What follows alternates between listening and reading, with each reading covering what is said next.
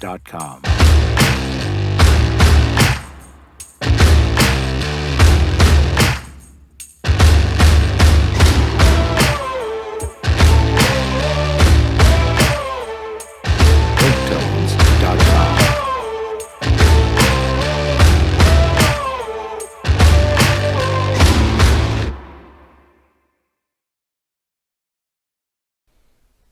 And welcome back, y'all.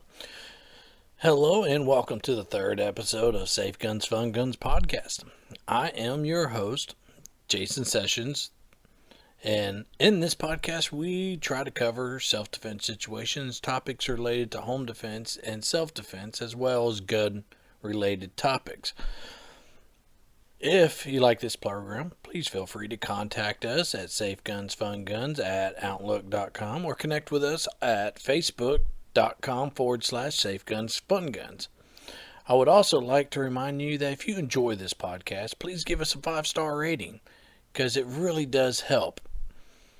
So today we're going to be focusing our talks on grains and ammo types, which will be helpful for you as a shooter to understand so that you can make the best selection for the desired results.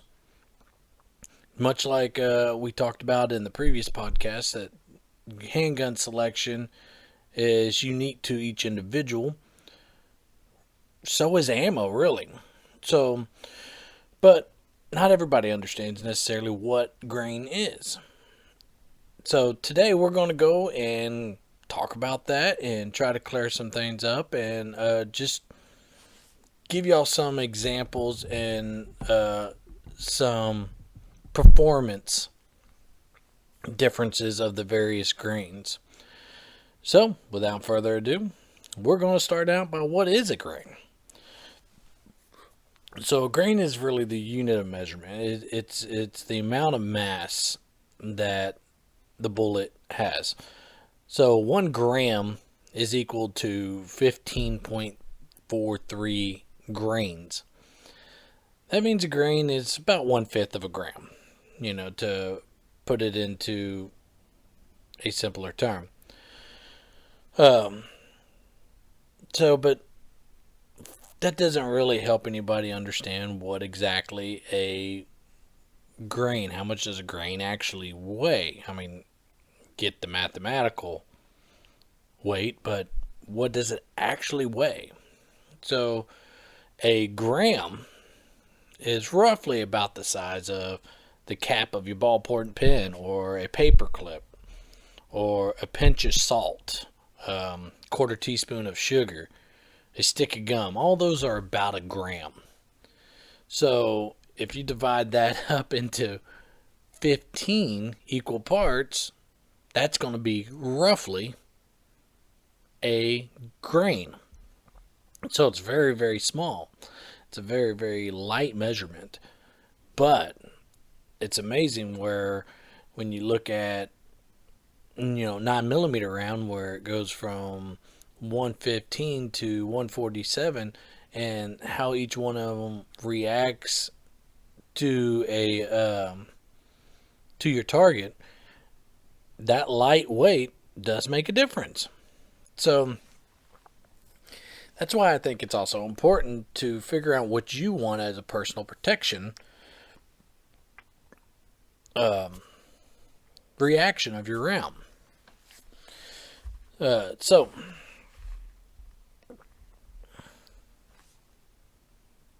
hopefully that this kind of gives you an understanding just how small a gram is, a grain is.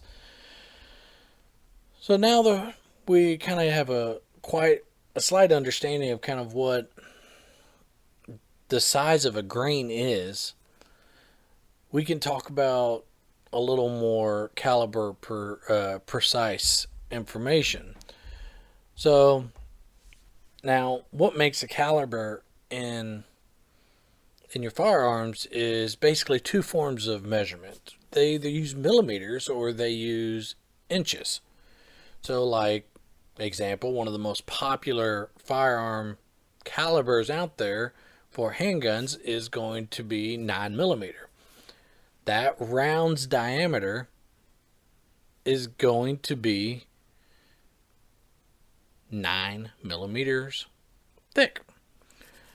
So, in like a 45, it's going to be 0.45 of an inch in diameter. So, as you can kind of see, that the bullet is a unit of measurement in itself, sort of. Now, you have various differences that you'll see where, like, the 9 millimeter in the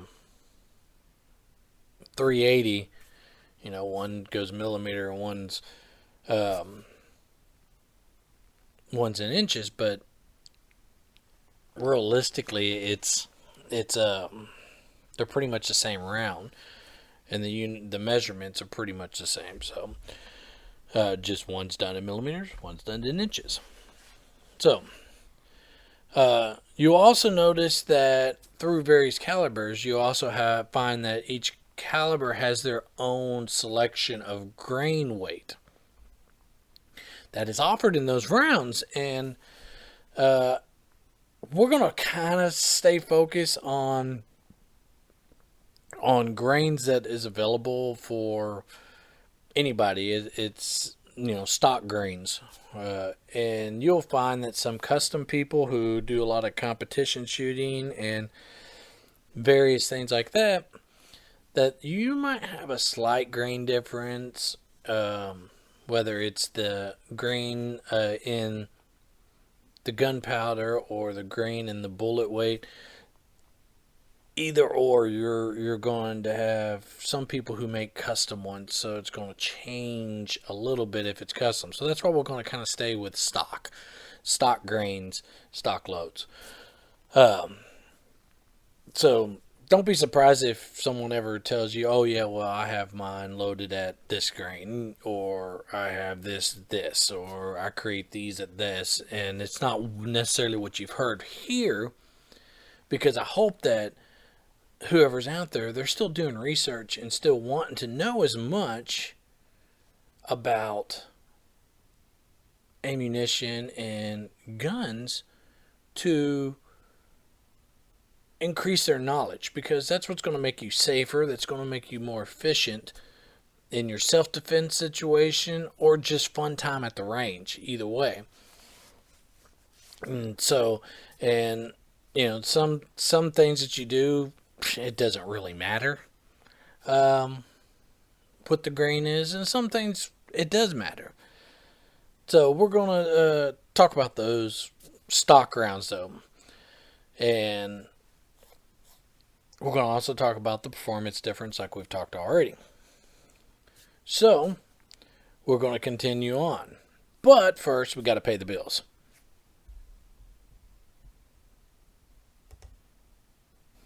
All right, welcome back.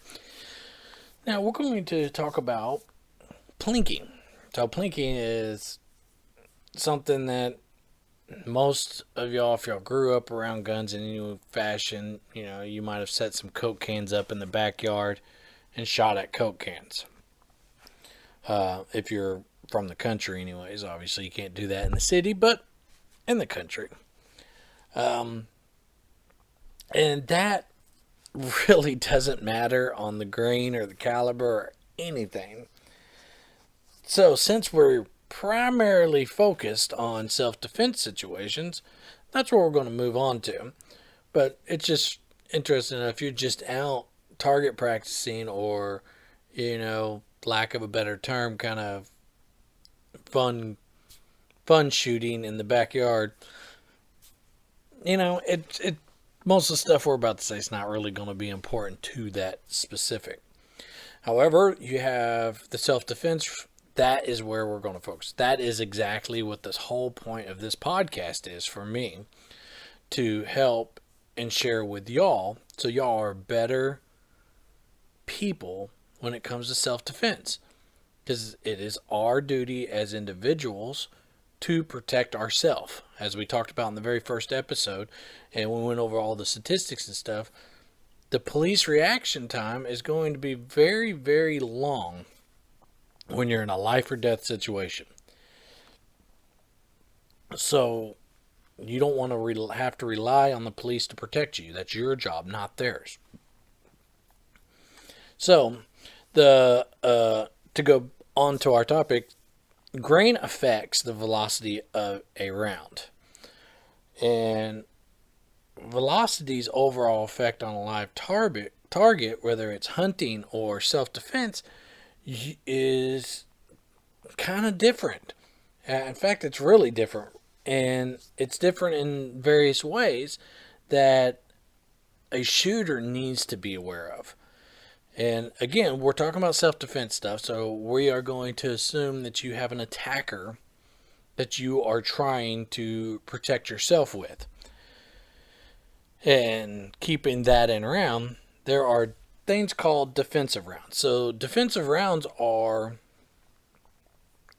going to be more expensive, obviously, but they react different than, let's say, a full metal jacket, which is sort of the target rounds. So what's the difference between the two is the full metal jacket's going to be a complete metal solid piece of bullet. It's not designed to do anything except for just be whatever it is from the get-go. And this type of round actually causes it to not slow down or stop, but it also doesn't, it minimizes the potential damage that happens. And I know that sounds kind of morbid, but you want a round that is going to cause a fair amount of damage because you are ultimately trying to stop an attacker. You're trying to protect yourself. You are trying to eliminate a threat. And because of that, you're going to want something that will do that in the most efficient way. So that's where hollow points come from. And that is defensive rounds. So there are various defensive rounds, but hollow points tend to be the primary defensive round. Now you have other rounds like the RIP rounds, and you have polymer rounds, and you have all these various things that do certain things with inside your target that helps to maximize damage. But it's hard to beat the traditional hollow point. So since some of y'all may not know what a hollow point is, basically it is a round, a bullet, that has basically a hollow point. And as it hits soft tissue, that hollow point blossoms out and it expands. And as it expands, it does two things. The wider it expands, the slower it goes, which means that you are going to have that round stop and minimize the chance of over penetration and hitting a target that you're not meaning to. And then as it's going through your target, it is spinning and kind of grabbing to maximize the damage. So that's kind of what you're looking for around, because again, our whole objective is to eliminate a threat. You're not trying to necessarily kill anybody. You don't want to necessarily even hurt anybody. But what you do want to do is stop a threat. And in order to do that in the most efficient way, you use something like a hollow point. And that hollow point will be the best tool you have to eliminate a threat and to stop a threat. So, now how does that affect based off of grain, though, is what we're going to go through and talk about. I also want to bring up the fact that some people think just because it has a lower grain or a higher grain that it's going to affect the recoil of the firearm. And that is not necessarily inaccurate, but it's not necessarily accurate either. Because the whole point of grain is more about the velocity, not so much about the recoil. Now, keeping all things equal, it would minimize the recoil if you are using the same amount of gunpowder and on a heavy grain as you do a light grain. But you'll find that it's kind of not that way. So you will see that the grain difference is also affects the gunpowder, which means that that bullet is designed to reach a certain velocity, and whatever it's going to make that projectile reach the velocity that it needs, and that's what's going to be loaded in it. So theoretically, you will see that if you want to have a high velocity with that lower round, it could potentially be more of a recoil than that higher grain. So keep that in mind, though, that it's not a general rule that's going to be equal across the whole board.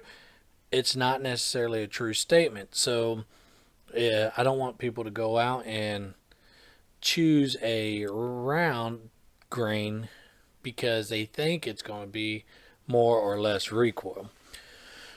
They do have special rounds out there that are designed to minimize the recoil,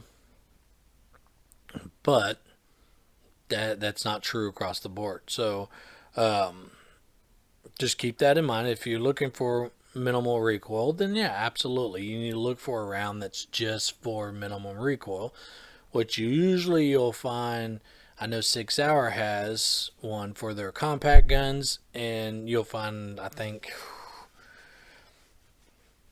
there's a couple of them out there. I can't remember all the makers, but there are a couple of low recoil rounds to look for, which that is something that you want to keep in mind, because ultimately, if you can't handle the gun efficiently and you can't make it work efficiently, then you are going to find yourself in trouble no matter if you have that firearm or not.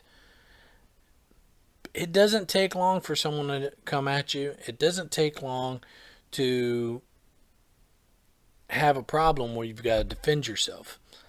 I know we talked about this at the very first episode, that though there's no such thing as the 21 feet rule, it's a good thought process that to use. And that 21 feet is a thought process because it only takes an Asylum an average of about 2 seconds to run that 21 feet. Now, 2 seconds you've got to think, is this person a threat? Oh no, yes, they are a threat. So we need to pull our gun, take aim, and fire, and hopefully have a follow-up round go down. Commonly referred to as a double tap. And if you're not able to control your firearm because it's too much recoil or what have you, that is going to even reduce your time of efficiency, which is not a good situation when you're in a life or death situation. So we really want to kind of keep that in mind. Now, to get back on target, so one of the things that you really want to think about when choosing grain on your firearm is the penetration, because penetration is key in a self-defense situation, because you don't want to increase the risk of hitting an innocent bystander because they happen to be behind them. Now, keep in mind, one of the rules of gun safety is to know your target and everything behind it. In order to fire safely, you should always keep that in mind. if you have a threat behind someone, you probably need to change your angles or not take the shot. Because the last thing you need to do is find yourself in a defensive situation where you have to defend yourself or your loved ones and you accidentally hit someone who had nothing to do with it. An innocent bystander. Because at that point, it no longer matters that you were trying to defend yourself. It no longer matters that you were put in a life or death situation, because the courts are going to see this as you have just created manslaughter because you hit someone who was not attacking you, who was not a part of the threat. So this is something you need to keep in mind. Overpenetration is really important to understand. So I stress this because what you're going to find is the lighter grain is going to have the least likely chance of overpenetration. So, and that lower grain actually expands a hollow points blossom to the fullest level in a wider blossom. So to understand just how wide a blossom can get, so we talked about a 45 round. That 45 is just under a half inch in size. After it blossoms, it puts it right close to just a hair over a 3/4 of an inch. That's a big hole. That's a big blossom. And it's important that you have that larger blossom to go back and slow down and keep from over penetrating if you at all possible. Now, overpenetration can happen with any grain, period. I want to make that sure that is very clear. Any grain bullet you have a chance of overpenetrating. I'm just saying you minimize that chance by having that lighter round, which maximizes the blossom and causes it to slow down to reduce that overpenetration. So now that we've kind of talked about that key factor of the lighter grain, what do we lose or gain with the heavier grain? Well, the first thing you lose in a heavier grain bullet is going to be that expansion. Like we were talking about in the smaller round, is it expands the most. That heavier grain does not expand as much because the velocity of it is so much lower. And keeping all things within the same caliber. Now, as you get up into higher calibers, the grain's going to be higher, but the design of the bullet's also going to be different. So the lower grain 45 is going to expand greatly more than the higher grain 45. And just like the lower grain 9mm is going to expand more than the higher grain 9mm. But the lower grain 45 will expand more than the higher grain 9mm as a general rule. Please keep this in mind. I am talking everything as general. So there are things out there designed to work a certain way. So that's going to be a deciding factor when you're looking at things. So another thing that you need to understand is you also tend to lose a little accuracy with that heavier round.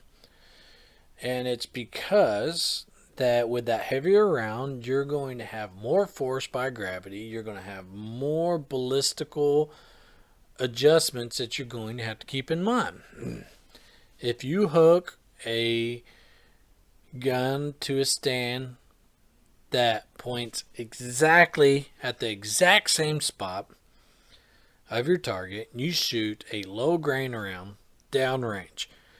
It hits its mark. Keeping everything equal, you drop a heavier grain round in there and shoot it. You're going to find it hits a little lower than the original round. That's because gravity is pulling on it at a higher rate because it's a heavier round. It has more mass, so therefore the gravity's force on it's going to be higher. So that is something you want to keep in mind if you choose to go with that heavier grain. But there is one major benefit to a heavier grain round. You will have a harder hit. So that hit is pounds per square inch of force that you hit your target with is going to be much higher with that higher grain, which is a good thing. It is stopping power. It has a heavier stopping power. So, and it's an immediate stopping power. I should really kind of put it that way. It's immediate type of stopping power because that lower grain's going to stop it because it's designed to cause a certain amount of damage, but it may not be as immediate as a heavier round or grain is. So those are the type of things that you really want to keep in mind when you're in a self-defense situation. So we're going to go and pay the bills one more time, y'all. Bear with me. And welcome back. All right, so we have been talking about the lower grain and the higher grain and its different effects on your target. And we're going to continue on to this topic and use the most common round out there, which is the 9mm round.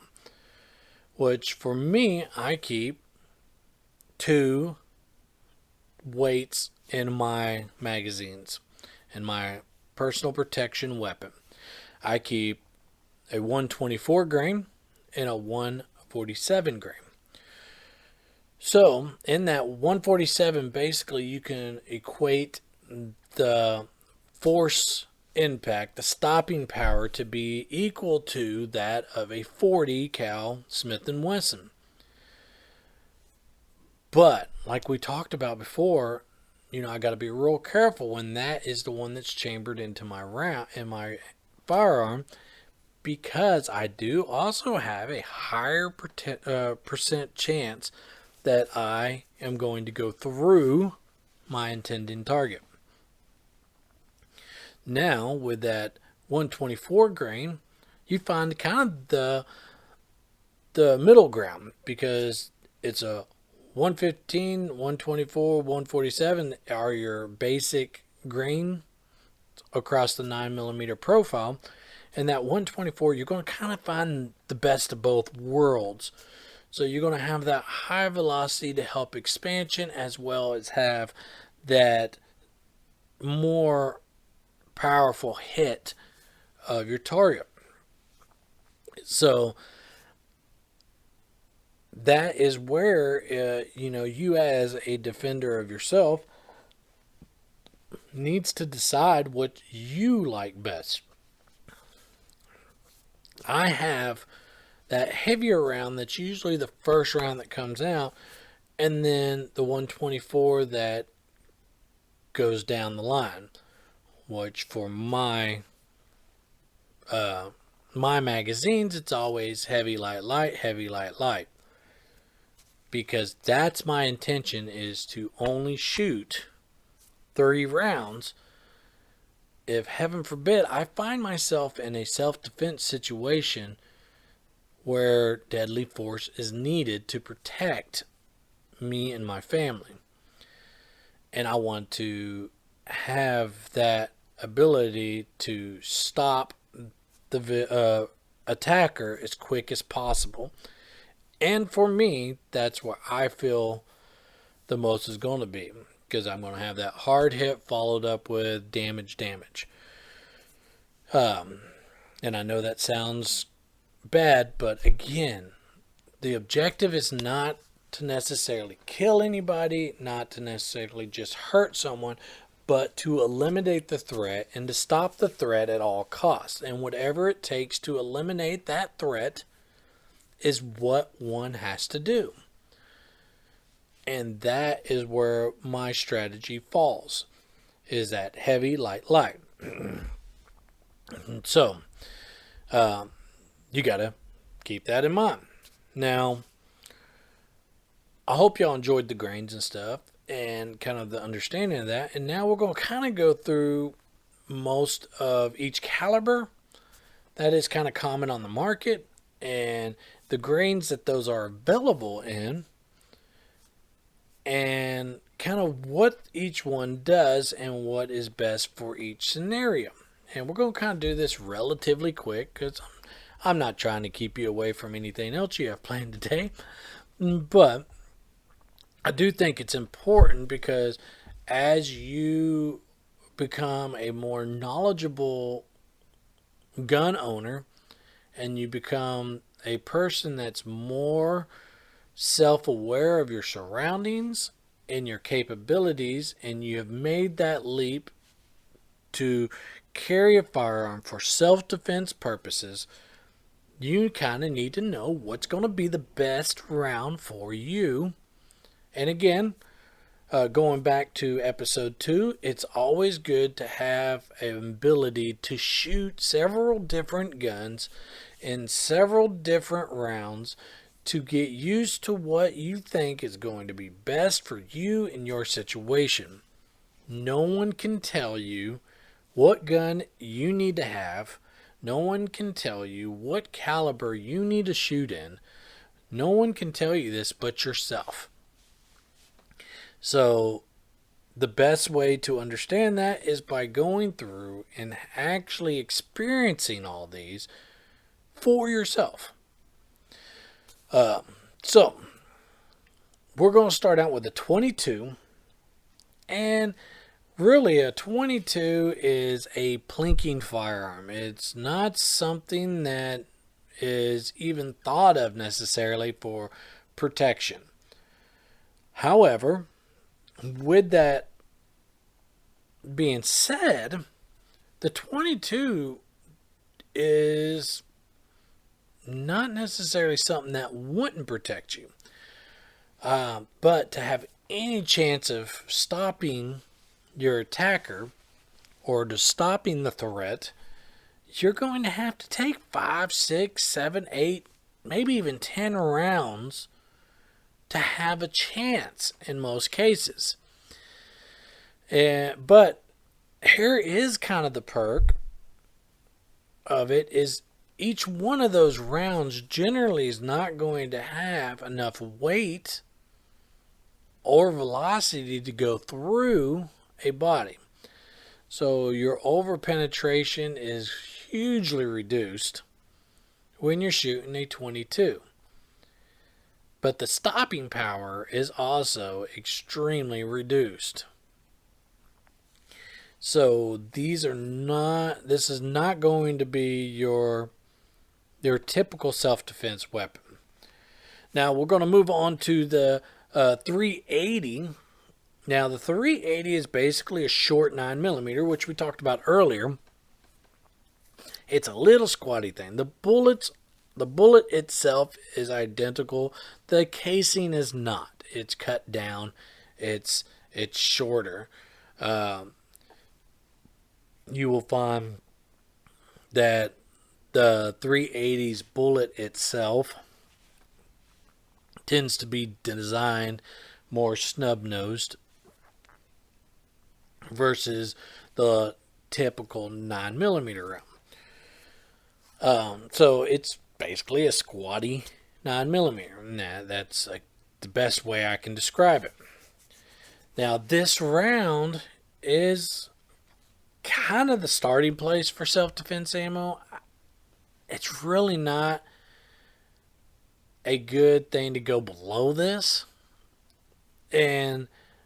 but it's also something that you got to really think about, because the 380 is really going to minimize the distance in which it's going to be accurate, and it's going to be efficient. And I like to put the 380 probably at about that 5 yard range, even though some would argue the difference that it will go up to 21 feet, which is 7 yards. But with my experience with the 380, I've shot several times. Great backup secondary firearm. Not so much for primary. And it's because at 21 feet, that 380 gets a little squirrely. It does not stay on target as well as a self-defense round should be. 5 yards, it stays pretty good.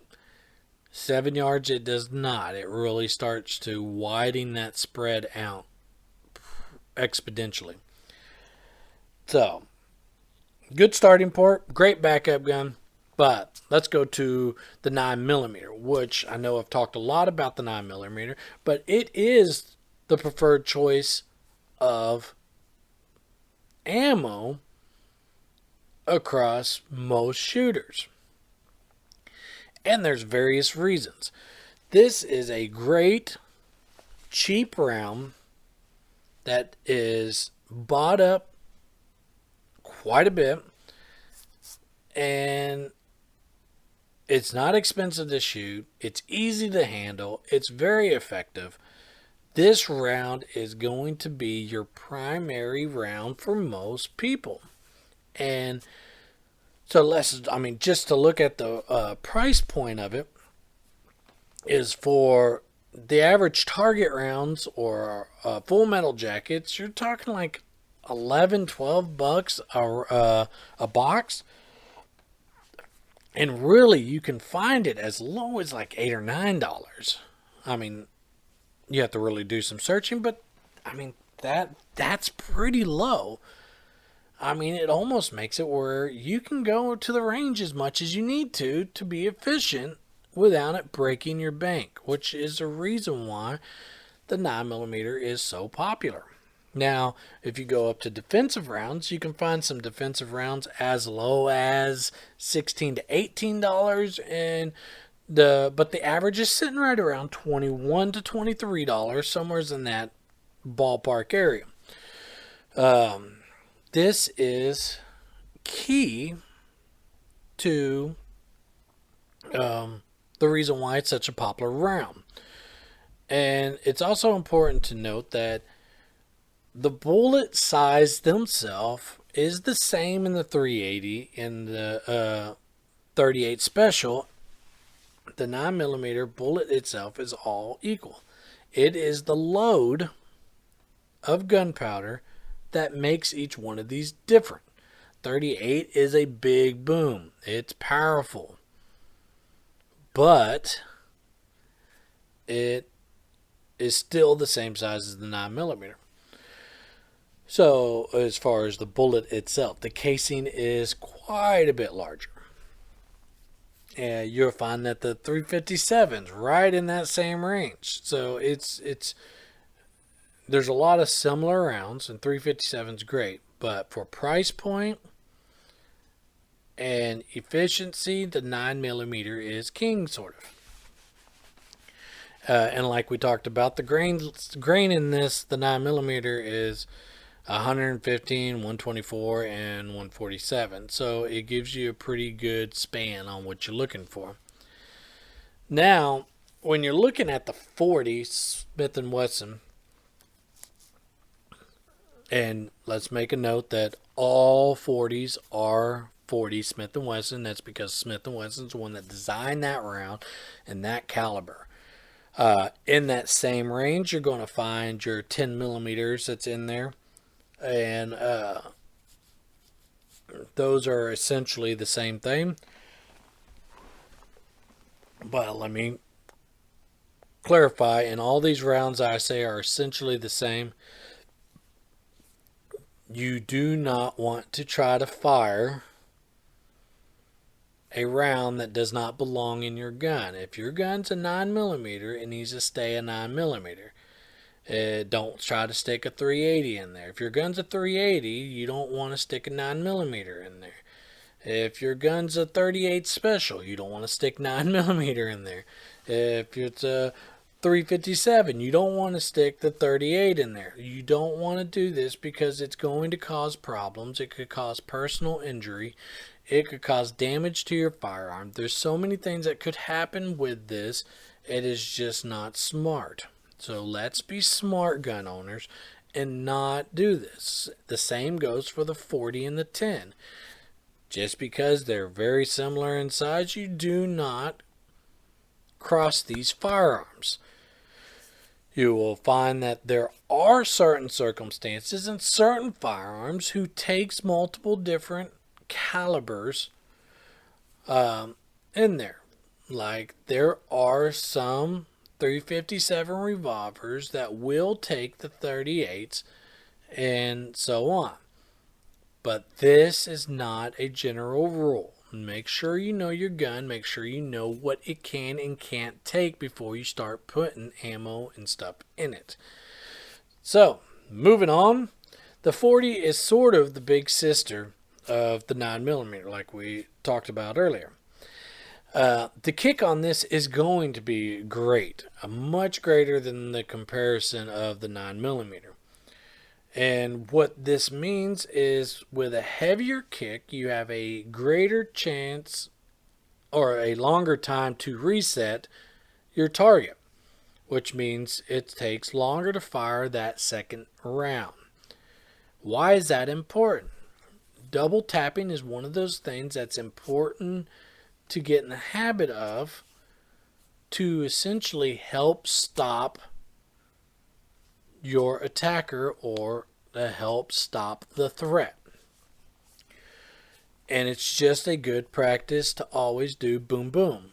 And if you really get to the point where you feel like you want to do sort of like I do, I try to practice to do 3 rounds. That's what my thing is. Pop, pop, pop.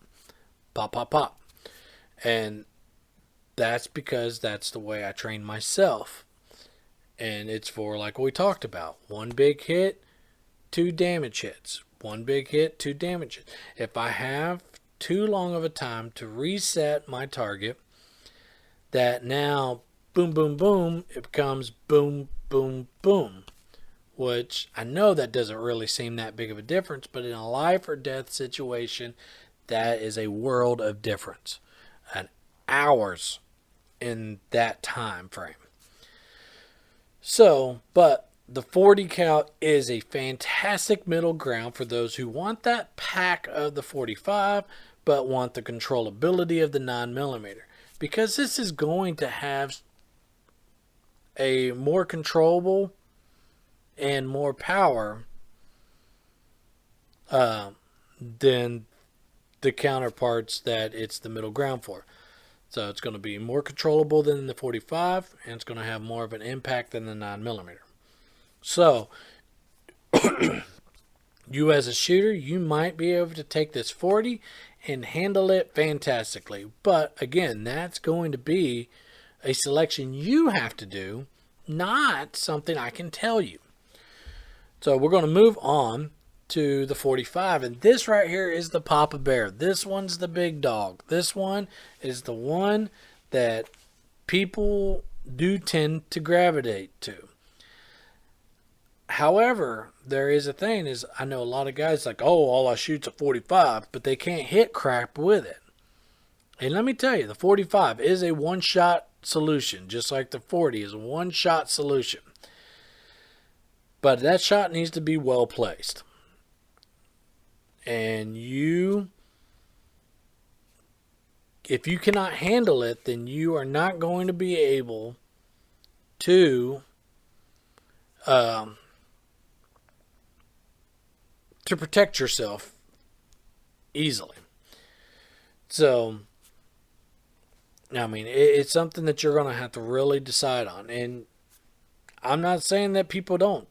The 1911 its round is the 45. That's what's always been made on. That's what's all been based on. But the 45 and the 1911s are heavy guns, so that minimizes recoil.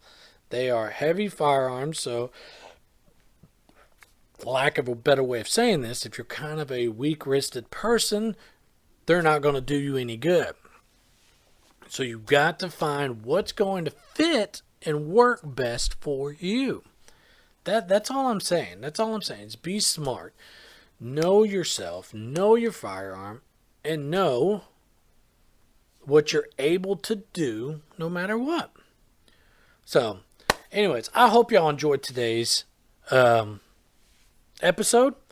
And I want y'all to take a look at the show notes, because I'm putting links in those show notes that where I pull a lot of this information from. And I have to say that a lot of this information I actually pulled from Pew Pew Tactical, which we've talked about a little bit on some of the guns in our last episode last week, that where I disagreed with the list.